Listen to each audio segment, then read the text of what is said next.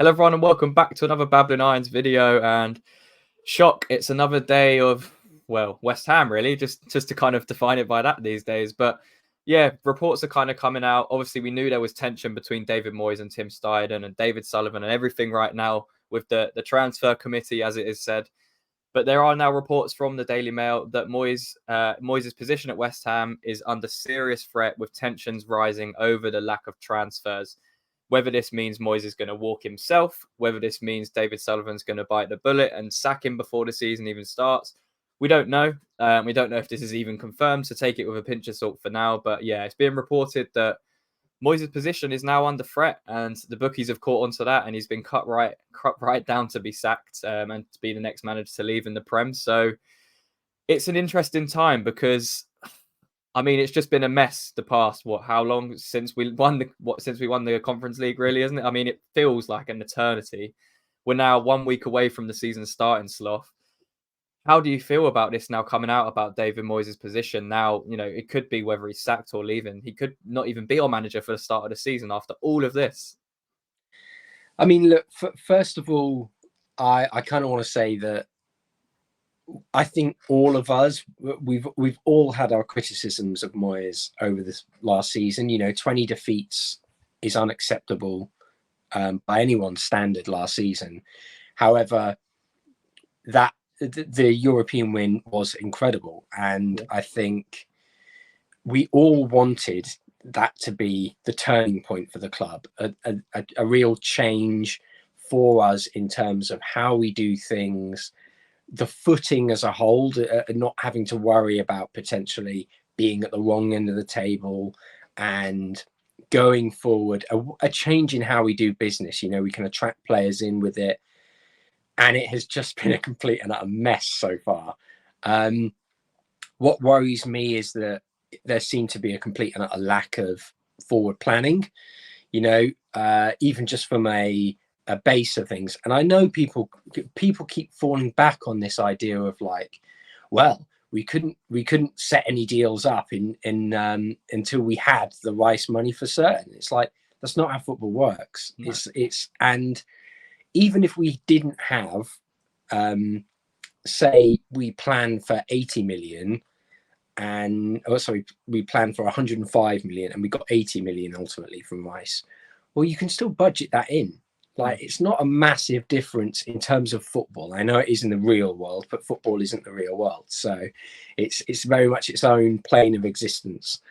But yeah, it's such a disappointment. And I do think he really has to take a lot of that on, on his chest. It's a lack of transfer planning. It is a lack of even having targets sorted out. It's this dithering nature that, you know, I hate to say, he's just continually had. And I wonder how long these kind of targets have been there. You know, the Moyes targets, should we say, the likes of Ward-Prowse, because Ward-Prowse we wanted back in last summer and last January, I remember. Palhinha obviously was someone he really liked, and it took us so long to even start moving for that. It was almost as if, right, until we've locked in that Rice money, we are not going to, you know, start to talk to these players or try and make moves, which is what you were saying before, which is just the wrong way to do it. And now we've got a point where Tim Steidten came in July, which coincided with the Rice sale. It should have been that fresh start. It should have been that perfect opportunity to identify, right, we're going to all come together. We're going to have a list of these players that we're going to try and get, and we're going to be on the same page. Not have your list, and we're going to work, you know, separately and, you know, not talk to each other about things. That's where I think Moyes has to take some of the credit. I completely agree with what you were saying. I think some of the kind of stuff towards Moyes at the moment, I feel like it's him being thrown under the bus. I feel like this kind of this news coming out is coming from certain parties within the club. And it's easier to try and push a manager out. For someone like David Sullivan, it's easier to try and make Moyes walk rather than pay off the year contract he has left at the club. That's the way I see it, just because of how he is with money. So how do you kind of view it with this news coming out? Do you think it would be Moyes just walking off his own merit because of the lack of transfer activity? Or do you think it's kind of deeper issues than that? I think it is a bit of both. I do think that although it's very easy to say he's been thrown under the bus, I do think that kind of removes the responsibility from him. And his lack of action is something that I felt has really hindered us in the past, and it's not something that's been addressed either. It's not a case of we've sat down and gone, look, I feel like we could have won the Europa League, and we could have progressed past Frankfurt had we got someone in the January window. Therefore, this summer, what we're going to do is we're going to completely alleviate that. In the weeks coming up to the end of the season, you are going to sit down with us. We're going to have a plan of action for the summer to go forward. And if you give us a list of players, we're going to go out and do our best to get them. Now, if that's the case, and that's how this has gone this summer, then I'm afraid you just have to look at yourself and go, we clearly don't have the tools to facilitate this. We are clearly not skilled enough to make that happen. And when I think about how a business should be run, you want it to be targeted, have a clear vision of what it does, but also whether it achieves its goals is obviously a key part of it, but it has to at least run efficiently. And when you are, if say, for example, fans are shareholders, I know they aren't, but if you just are up in the air completely and the shareholders are dismayed as the fans are, then it creates this air of uncertainty. And as you say, we're going into the season just completely panicking. Now, are there outside factors? I do think Krasinski is a big factor in all of this because, as we know, he put up a large front for the money from last year. And that does mean that he gets a large say in what goes on at the club. If he wants to change the mindset of the club, then he is a part owner. So he does get to do that. And if he sat down with everyone else at the club and gone, we're going to get Tim Steidten in. We want to have a long-term approach that, we look to sign younger players. We get the best out of them. If we make a profit from them, amazing. If it progresses us as a side up the table in competitions, then that's just as good. But we need to do that by doing this, getting value for money for our transfer targets, and also not wasting money on players who potentially have no sell-on value. I think that's the big thing, isn't it, with what Moyes is trying to target. The players he's going for they're decent players. They're not like really, really underperforming average players a lot of the time. There's a couple that were on that list, but it's just that they don't have the resale value and they're just going to cost so much money. And the list that Steiden's now drawing up, the alternative names that are coming out, the likes of Fofana, really top names that we've spoke about on this channel even before he came in and we wanted. And it's that kind of talent we need to be targeting rather than thinking of the short term, because Moyes has 1 year left on his contract. If any fan thinks that he's going to be here for more than a year, I'd like to hear why, because I just can't see that happening. If he was going to get a contract extension, it would have been after winning a European trophy. That's the way I see it. And Sullivan hasn't rewarded with him that. And that's the kind of thing you either have to back up or shut up as the owner. And what he hasn't done is backed up Moyes. To Moyes, that's why I'm trying to get the Moyes argument from. It feels like he's now got to deal with Tim Steiden's approach. But from my point of view, we should be focusing on the long term of this football club and not just giving in to what David Moyes wants now. But I do also see that there are conflicts that are coming from the other side, which Moyes is probably unhappy with and probably fairly unhappy with, because he's had people come in after he's won a trophy and kind of trying to tell him how to do things. But that just comes from his stubborn side, doesn't it? I think the difference is that we were very much targeting this trophy and saying we should be favourites for this, and we were.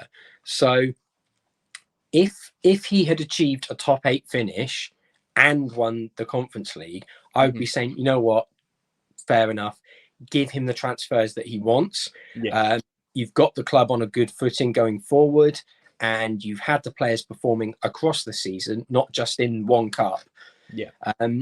And I would feel a lot more confident. but that's not the case. You know, Yeah. we really struggled in the league last season. 20 losses in the league last season. And that's not acceptable. That is sackable by anyone, anyone's metrics. And so therefore, in a competition that we should be winning, and of course we did win, I do think that really knocks back his stock in a way. You know, it's not a case of he won the Europa League and he was playing Sevilla or he was playing Frankfurt. These sides, you know you're going to have a tough game from, and it's no disrespect to Fiorentina, despite how little I like them now as a club. It is a case of we should have won. We did win, but we also did terribly in the league for us. Yeah. And people can scapegoat all they want, you know, certain elements of the league season, but at the end of the day, a large part of the performances in the season came down to some of his decision making. Yeah. So I think the big thing for Moyes is that the biggest thing we can kind of say on it is now was the perfect time to walk away after that win, because I don't think he himself sees him being at the club long term after winning a trophy and not being rewarded with a new contract or any talks of, you know, remaining past this season. I think at that point you kind of know that your time's pretty much done. You've had an excellent 3 years at the club since returning, and you should have gone out with the trophy. We're bringing in Tim Steidten, obviously, who's going to be longer than you are at the club.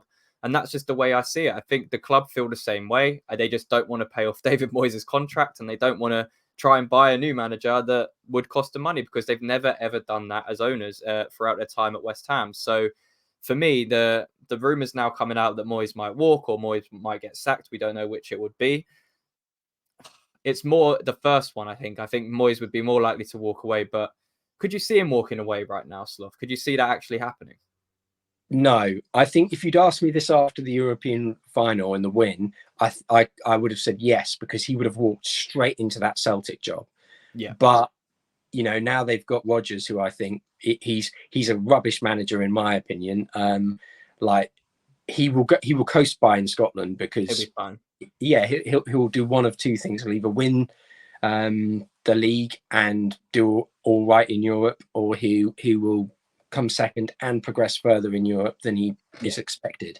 But I personally think Moyes would have done exactly that.